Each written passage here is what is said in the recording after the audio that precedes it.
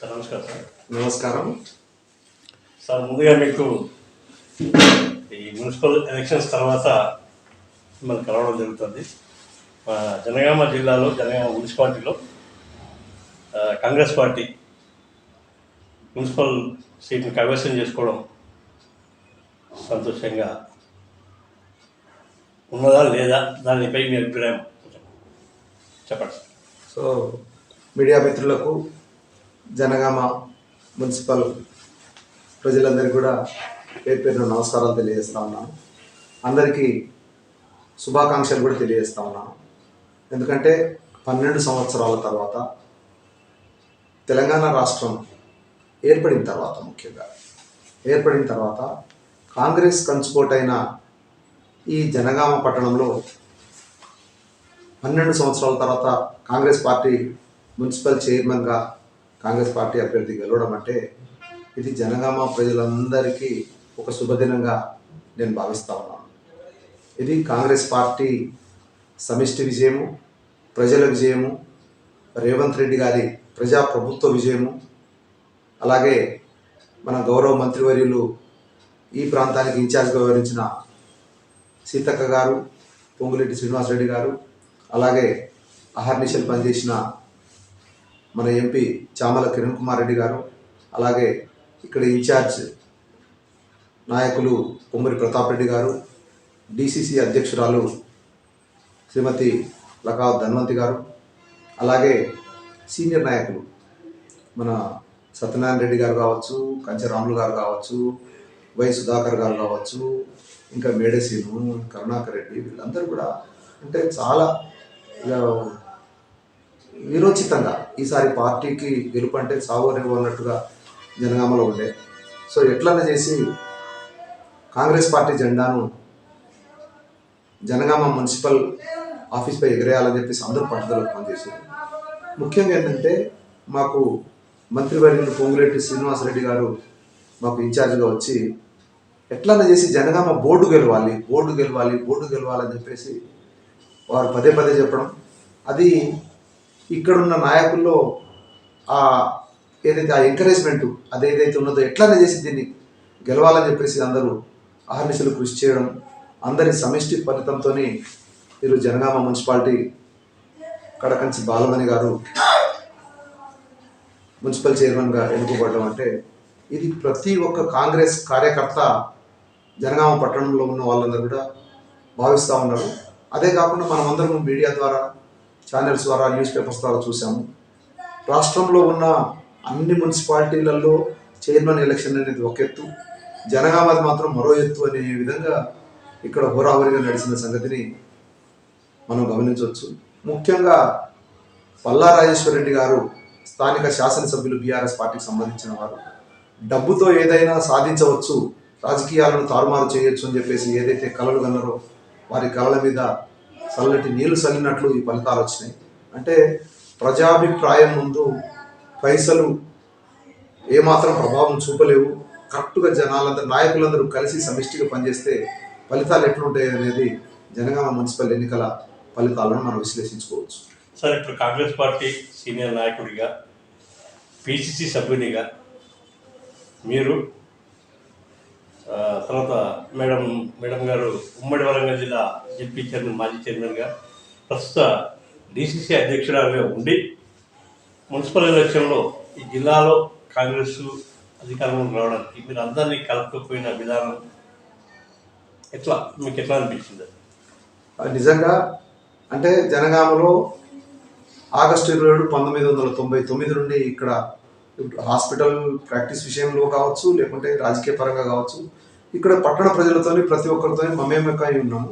ఇంకోటి ఏంటంటే ఇప్పుడు ఈ రోజున్న అతి కొద్ది మంది సీనియర్ మోస్ట్ నాయకులలో కాంగ్రెస్ పార్టీనే పట్టుకొని 27 సంవత్సరాలుగా కాంగ్రెస్ పార్టీని ఒకటే పార్టీలో ఉంటున్న వాళ్ళం అంటే మా ధన్వంతి గారు, నేనని చెప్పేసి గట్టిగా చెప్తాం. ఇంకా కొంతమంది మాకన్నా సీనియర్లు అంటే 50-60 సంవత్సరాల నుండి పనిచేస్తున్న మంచి చెంచారపు శ్రీనివాసరెడ్డి గారు, మన మాజీ మున్సిపల్ చైర్మన్ సత్యనారాయణ రెడ్డి గారు, కంచె రాములు గారు, వై సుధాకర్ గారు, మేడసీన్ గారు, ఇంకా ఇట్లా చాలామంది కూడా సీనియర్ మోస్ట్ నాయకులు ఉన్నారు. కానీ 25-30 సంవత్సరాలు కంటిన్యూస్గా ఒకే పార్టీలో ఉన్న వాళ్ళలో మేము ఒకరు. ఆ రకంగా ఈ జనగామలో ఉన్న ప్రతి నూక్ అండ్ కార్నర్ మాకు అవగాహన ఉన్నది. అయితే ముఖ్యంగా టికెట్ల ఎంపికలు చామల కిరణ్ కుమార్ రెడ్డి గారు ఈ ప్రాంతానికి మన ఇన్ఛార్జ్ కొమ్మూరు ప్రతాప్ రెడ్డి గారితో పాటు కలిసి పనిచేయాలని చెప్పేసి ఇక్కడికి వచ్చినప్పుడు మాకు ప్రతి విషయంలో ముఖ్యంగా టికెట్ల ఎంపిక విషయంలో మమ్మల్ని బాగా ఇన్వాల్వ్ చేశారు. సో క్షేత్రస్థాయిలో ఉన్న ప్రతి రిపోర్టును ఏమాత్రం జంకు బొంకు లేకుండా కమిటీ ముందు ప్రజెంట్ చేసిన మాట వాస్తవం. అందులో భాగంగానే ఒక ప్రజాస్వామ్యబద్ధమైన అభ్యర్థుల ఎంపిక అనేది కాంగ్రెస్ పార్టీ నుండి దాదాపు 80-90% జరిగిందని చెప్పేసి మనం చెప్పొచ్చు. అప్పటికి సెలక్షన్ అప్పటికి వార్డు కౌన్సిలర్ సెలక్షన్ అప్పటికి కూడా ఇది జనగామ లేట్గా ప్రకటించింది. ఎందుకంటే చాలా తీవ్రమైన సర్జన వర్జన, తర్వాత స్థానిక ఎమ్మెల్యే పల్లా రాజేశ్వర రెడ్డి గారు ఉన్నారు. వారి దాని పట్టు ముందు మనం కూడా గట్టిగా ఉండాలన్న కాన్సెప్ట్ తోటి ఎంపీ గారు కానీ, మంత్రులు గారు కానీ, నియోజకవర్గ ఇన్ఛార్జి గారు కానీ వారిని ఎలా కోఆర్డినేషన్ చేశారు? ముఖ్యంగా ఎందుకంటే ఇక్కడ సీనియర్ నాయకులను, అలాగే కొద్దిగా ఆర్థికంగా బలమున్న నాయకులను, అలాగే ప్రజల్లో పేరున్న నాయకులను, ప్రజలు యాక్సెప్ట్ చేసే నాయకులను, వీళ్ళను సెలక్షన్ విషయంలో మేము అంటే ఎంపీ గారికి, అలాగే మా ఇన్ఛార్జ్ ప్రతాప్ రెడ్డి గారికి కూడా ముఖ్యంగా 2వ వార్డు విజయ్ కుమార్, ఖచ్చితంగా విజయ్ కుమార్కి ఇస్తేనే గెలుస్తారు అని చెప్పేసి మేము పట్టుబట్టినాం. పట్టడమే కాదు, టికెట్ వచ్చింది ఆయనకు. గెలిచే విషయంలో కూడా చాలా తీవ్రంగా శ్రమించాం. 3వ వార్డు సెలక్షన్ అనేది కమిటీ మొత్తం చేసింది. దాంట్లో మా ప్రమేయం లేకపోయినప్పటికీ 3వ వార్డు అభ్యర్థిని గెలిపించే దాంట్లో కూడా అందరినీ కోఆర్డినేషన్ చేసే దాంట్లో ప్రధాన భూమిక పోషించింది. అలాగే 4వ వార్డు మంత్రి శ్రీశైలం గారికి కూడా, సుమలత గారికి కూడా ప్రచారం చేసే దాంట్లో మేము డిసిసి ఆఫీస్ నుండి అన్ని రకాలుగా మేము చర్యలు తీసుకున్నాం. అలాగే 5వ వార్డు సరే అది పొత్తులో భాగంగా సిపిఎంకి పోయింది, కానీ భాస్కర్కి ఇస్తే గెలుస్తుందని చెప్పేసి మేము మొదటి నుండి బాగా పట్టుబట్టాం. సరే భాస్కర్ ఇండిపెండెంట్గా గెలిచినప్పటికీ మళ్ళీ వారికి కాంగ్రెస్ పార్టీకి సహకారం చేసే దాంట్లో మా వంతు భూమిక మేము బాగా పోషించింది. అది కాకుండా 14వ వార్డు విషయంలో ఎవరెవరో పేర్లు వచ్చినాయి, కానీ 2 సార్లు ఓడిపోయి ప్రజాదరణ ఉన్న అండాలు మాత్రమే కదిరి రాజశేఖర రెడ్డి లాంటి ఒక ఆర్థిక బలవంతుని కొడతామని చెప్పేసి మేము గట్టిగా విశ్వసించాం. అదే విషయాన్ని గట్టిగా ఎంపీ గారి దగ్గరికి, ప్రతాప్ రెడ్డి గారి దగ్గరికి తీసుకెళ్ళాం. ఆ క్యాండిడేట్ సెలక్షన్ విషయంలో కావచ్చు, ఆ క్యాండిడేట్ ఎలక్షన్ విషయంలో కావచ్చు, అన్ని రకాలుగా చర్యలు తీసుకున్నాము. సో దీంతో మనకు మంచి ఫలితాలు వచ్చినాయి. అలాగే 25వ వార్డుకు సంబంధించింది ప్రసాద్ గారి ఎంపికలో కూడా మేము చాలా గట్టిగా దాని గురించి ఈయన టికెట్ ఇస్తేనే పార్టీ గెలుస్తుందని చెప్పేసి మేము పట్టుబెట్టినాం. మా విషయం అందులో కూడా నెరవేరిందని చెప్పేసి మేము భావించవచ్చు. ఆ రకంగా ఖచ్చితంగా ఒక 5-6 సీట్ల విషయంలో, టికెట్ల విషయంలో కావచ్చు, ప్రచార విషయంలో కావచ్చు, గెలుపు విషయంలో కావచ్చు, మళ్ళీ 2 ఇండిపెండెంట్ల కాంగ్రెస్ పార్టీకి తీసుకొచ్చే దాంట్లో ముఖ్యంగా 5వ వార్డుకు సంబంధించిన క్యాండిడేట్ను కాంగ్రెస్ పార్టీకి సపోర్ట్ చేయించే విషయంలో కావచ్చు, పూర్తి బాధ్యతలు మా ఆఫీస్ నుండి తీసుకున్నాము. ఆ రకంగా ఇప్పుడు ఇది అందుకే ఇది ఏ ఒక్కరో చేసేది కాదు. ఎంపీ గారి ఆధ్వర్యంలో, ప్రతాప్ రెడ్డి గారి నాయకత్వంలో, 2 మంత్రుల సూచన మేరకు, డిసిసి గారి సారథ్యంలో సీనియర్ నాయకులందరూ కలిసి ఈరోజు 12 మంది కాంగ్రెస్ అభ్యర్థులు, ఇంకా ఒకరు సిపిఎం అభ్యర్థులు గెలిచేందుకు ఇది దోహదమైంది. దాని తర్వాత 2 ఇండిపెండెంట్గా గెలిచిన అభ్యర్థులను కూడా కాంగ్రెస్ పార్టీలో తీసుకోవడం ద్వారా దానికి కూడా చాలా హోంవర్క్ జరిగింది. బయట చెప్పుకునేవి కొన్ని, చెప్పలేని కొన్ని. సో అంత హోంవర్క్ జరిగితే 15 మంది మనకు రావడము. ఎంపీ గారు కూడా చామల కిరణ్ కుమార్ రెడ్డి గారు ఇక్కడ ఎక్స్ అఫీషియో మెంబర్గా రిజిస్ట్రేషన్ చేసుకోవడం, అంటే ఎమ్మెల్యే గారి ఓటుకు ధీటుగా ఎంపీ గారి ఓటు, సో మనకు సమానంగా రావడం. మరి కాంగ్రెస్ పార్టీ యొక్క ప్రజాప్రభుత్వం రేవంత్ రెడ్డి గారు ప్రజలకు చేస్తున్న సేవలను దీవించాలని చెప్పేసి మన యాదగిరి లక్ష్మీనరసింహస్వామి చిత్తుబొత్తు రూపంలో కూడా ఆ డ్రా పద్ధతిలో కూడా కాంగ్రెస్ పార్టీకి వరించడం అంటే ఇది దేవుడి ఆశీస్సులు కూడా జనగామ కాంగ్రెస్ మీద ఉన్నాయని చెప్పేసి మనం భావించవచ్చు. సార్, కొన్ని కాంగ్రెస్ పార్టీలో టికెట్ వేయడంలో కూడా కొంచెం ఇబ్బందులు కలిగినాయి. గెలుపు గుర్రాలను పక్కన పెట్టి వేరే వాళ్ళకి ఇచ్చిందని చెప్తున్నారు. కొంతమంది డిసిసి చైర్మన్ కానీ, తర్వాత డిసిసి వాళ్ళు కానీ, లేకుంటే కొన్ని జరగలేవు, ఓట్లు రాకపోతుంటే ఈ ప్రభుత్వం ఈ కమిటీ కూడా నిర్ణయించలేకపోయిందని చెప్తున్నారు. దాని మీద మీ అభిప్రాయం? తప్పు ఎక్కడ జరిగిందనేది అది అందరూ విశ్లేషించుకోవాల్సిన అవసరం వెంటనే అది ఏర్పడదు. కానీ ఒప్పు ఎక్కడ జరిగింది అనేది మాత్రం నేను కొన్ని విషయంలో నేను గట్టిగా చెప్తాను. 2వ వార్డు విషయంలో మేము గట్టిగా పట్టుబట్టినాం, గెలిపించినాం. 14వ వార్డు విషయంలో గట్టిగా పట్టుబట్టినాం, గెలిపించినాం. 25వ వార్డు విషయంలో గట్టిగా పట్టుబట్టినాం, మేము గెలిపించినాం. సో ఇవి 8వ వార్డు కూడా అట్లాగే ఉంది సార్. 8వ వార్డు కూడా గెలుపు గురాన్ని పక్కన పెట్టి వేరే వాళ్ళకి ఇచ్చారు అక్కడ. అది దాని మీద కూడా కొంచెం తేడాలు వచ్చినట్టు చెప్తున్నారు ప్రజలు. వాటి మీద మీ అభిప్రాయం? 8వ వార్డులో కాంగ్రెస్ పార్టీకి ఒప్పు జరగలేదు, కాంగ్రెస్ పార్టీకి మేలు జరగలేదు. దాని గురించి మేలు జరగని చోట ఏం జరిగింది అనేది అది ఇంకా లోతుగా ఆలోచించాల్సిన అవసరం ఉన్నది. అప్పుడే ఒక నిర్ణయానికి మనం రావద్దు. కానీ పాజిటివ్ ఎక్కడ జరిగింది అంటే ఇప్పుడు నేను చెప్పిన ఈ 3-4 సీట్లు ఈ క్యాండిడేట్ల సెలక్షన్ కానీ వీటి ప్రచారం కానీ వీటి గెలుపు కానీ ఇప్పుడు 4 సీట్లు కాంగ్రెస్ పార్టీకి ఒకరు తగ్గినాయి. ఎక్కడికి వచ్చి నిలబడతాం మనం? 8 దగ్గర వచ్చి నిలబడతాం. అంటే ఏంది? అధికారానికి ఆమెడ దూరంలో ఉండిపోయినట్లే కదా. సో ఈ గెలుపు పాత్రలో సమిష్టి కృషి ఉన్నదని చెప్పేసి నేను తెలియజేస్తాను. కొంతమంది నాయకుల వల్ల ఓడిపోవడం జరిగింది, కొన్ని రావడానికి కారణం కొంతమంది కారణం, మీరే కారణం అని ప్రజలు చెప్తున్నారు. దాని మీద మీ అభిప్రాయం? ఓటమికి 100 కారణాలు ఉంటాయి. ఏ ఒక్కరినో మనము బ్లేమ్ చేయడం కానీ మీ మూలంగానే ఈ సీట్ ఓడిపోయిందని చెప్పేసి చెప్పడం అది కరెక్ట్ కాదు. గెలుపు కూడా ఒక్కరి మూలంగా ఏ ఒక్క గెలుపు కూడా నేనే గెలిపించాలని చెప్పేసి ఒకవేళ నేను చెప్పుకుంటే అది పొరపాటు అవుతుంది. ఎవరైనా సరే ఇది సమిష్టి కృషి, సమిష్టి విజయంగా మనం దీన్ని తీసుకోవాలని చెప్పేసి మనం ఈ సందర్భంగా మనం డిస్కస్ చేయొచ్చు.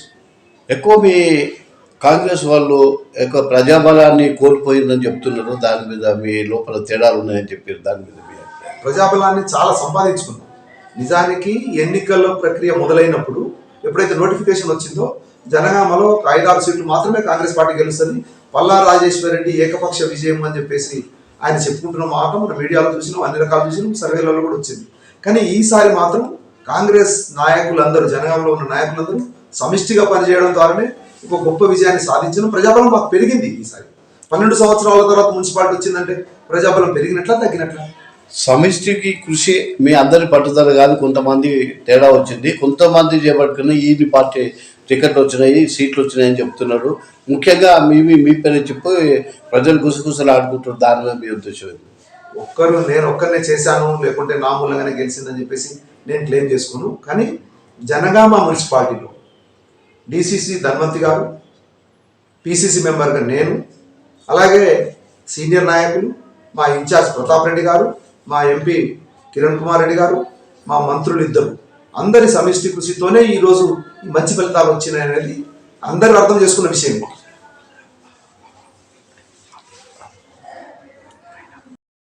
కదిరి రాజశేఖర రెడ్డి లాంటి ఒక ఆర్థిక బలవంతుని కొడతామని చెప్పేసి మేము గట్టిగా విశ్వసించినాం. అదే విషయాన్ని గట్టిగా ఎంపీ గారి దగ్గరికి, ప్రతాప్ రెడ్డి గారి దగ్గరికి తీసుకెళ్ళాం. ఆ క్యాండిడేట్ సెలక్షన్ విషయంలో కావచ్చు, ఆ క్యాండిడేట్ ఎలక్షన్ విషయంలో కావచ్చు, అన్ని రకాలుగా చర్యలు తీసుకున్నాం. కాంగ్రెస్ పార్టీ టికెట్ల కోసం కొంతమంది నాయకులు కలిసినా కానీ లాభం లేకుండా గెలుపు కూడా వదిలిపెట్టి వేరే వాళ్ళకి వాళ్ళకి అనుగుణంగా ఉన్న వాళ్ళు ఇచ్చారని చెప్తున్నారు. అది కొంతమంది వల్ల ఈ పార్టీ టికెట్ రాకుండా పోయినాయి, కొంతమంది గెలవలేకపోయింది, గెలిచే వాళ్ళని పక్కన పెట్టిండ్రు అని చెప్తున్నారు. ఇంకా వాళ్ళకి న్యాయం జరిగేదంటే ఇంకా ఫుల్ మెజారిటీలో వస్తాయని ప్రజలు గుసగుసలు అనుకుంటారు. దాని మీద మీ ఉద్దేశం? ఇప్పుడు అయిపోయిన పెళ్లికి డప్పులు అన్నట్లుగా గెలిచే అభ్యర్థి అని చెప్పేసి మనం టికెట్ ఇచ్చేటప్పుడు ఒక్కొక్క అభ్యర్థి గురించి ఒక 10-15 అంశాలు వస్తూ ఉంటాయి. ఆ అంశాలన్నింటినీ క్రోడీకరించిన తర్వాతనే మనం టికెట్ ఇవ్వడం జరిగింది. సో అక్కడ టికెట్లో తప్పిదం జరిగిందని చెప్పేసి ఈరోజు అనుకోవడంలో పెద్దగా నేను అందుకే ఈ పోస్ట్ మార్టం విషయంలో కమిటీ మొత్తం కూర్చొని డిస్కస్ చేసిన తర్వాత ఎక్కడ లోపం జరిగిందనేది అంతర్గతంగా మాట్లాడుకునే విషయం. కానీ 30 మందికి కూడా టికెట్ ఇచ్చే దాంట్లో దాదాపు అందరి ఆమోదయోగంతోనే ఇచ్చినాం. కాబట్టి ఇది ఓడిపోయిన వాళ్ళ విషయంలో కూడా అందరూ బాధ్యత వహించాలి. ఇక్కడ గెలుపు విషయంలో మేమే గెలిపించినాం అని చెప్పేసి మేమందరం ఎట్లా అనుకుంటున్నామో, ఓటమి విషయంలో కూడా అందరం బాధ్యత వహించాల్సిన అవసరం ఉన్నది. లోపం ఎక్కడ జరిగిందో దాన్ని అర్థం చేసుకొని మళ్ళీ ఒక్కొక్కసారి ఇంకింత బలంతో రాబో స్థానిక సంస్థల్లో కావచ్చు, లేకుంటే ఇంకా ఫర్దర్ ఎన్నికల్లో కావచ్చు, మేము కలిసి సమిష్టిగా కృషి చేస్తాం. ఇప్పుడు దీనివల్ల రేపు వచ్చే ఎలక్షన్లలో ఈ మీ అంతర్గత పోరులో ఇవి కొంచెం ముందుకు వచ్చే అవకాశం ఉన్నది, గెలవలేకునే పరిస్థితి కూడా ఉన్నదని చెప్తున్నారు. మరి ఇట్లనే కొనసాగిస్తారా, లేకపోతే అందరు కలుపుకొని పోయే ఆలోచన? అంతర్గత పోరు ఉన్నదనేది పల్లా రాజేశ్వర రెడ్డి సృష్టించే మాటలు. ఎందుకంటే భిన్నాభిప్రాయాలు ఉంటాయి. మనిషి అన్నాక ఒక కుటుంబంలోనే భిన్నాభిప్రాయాలు ఉంటాయి. అభిప్రాయాలు ఉన్నంత మాత్రాన విభేదాలు ఉన్నట్లు కాదు. సో చివరికి ఎవరి అభిప్రాయాలు ఎట్లా చెప్పినా సరే మా ఆది నాయకులు రేవంత్ రెడ్డి గారు కావచ్చు, లేకుంటే మాకు ఇన్ఛార్జ్ మంత్రివర్యులు వారి సూచన మేరకు సింగిల్ నిర్ణయానికే వస్తూ ఉంటాం. మొన్న కూడా అంతే సింగిల్ నిర్ణయానికి వచ్చినాము. రాబో స్థానిక సంస్థల్లో కూడా మేమందరం ఇట్లే సమిష్టిగా పనిచేసేసి మళ్ళీ జనగామ జిల్లా పరిషత్ మీద కాంగ్రెస్ పార్టీ జెండాను మళ్ళీ ఎగరేస్తామని చెప్పేసి మీడియా ద్వారా జనగామ బిడ్డలకు తెలియజేస్తున్నాం. నమస్కారం. ఓకే.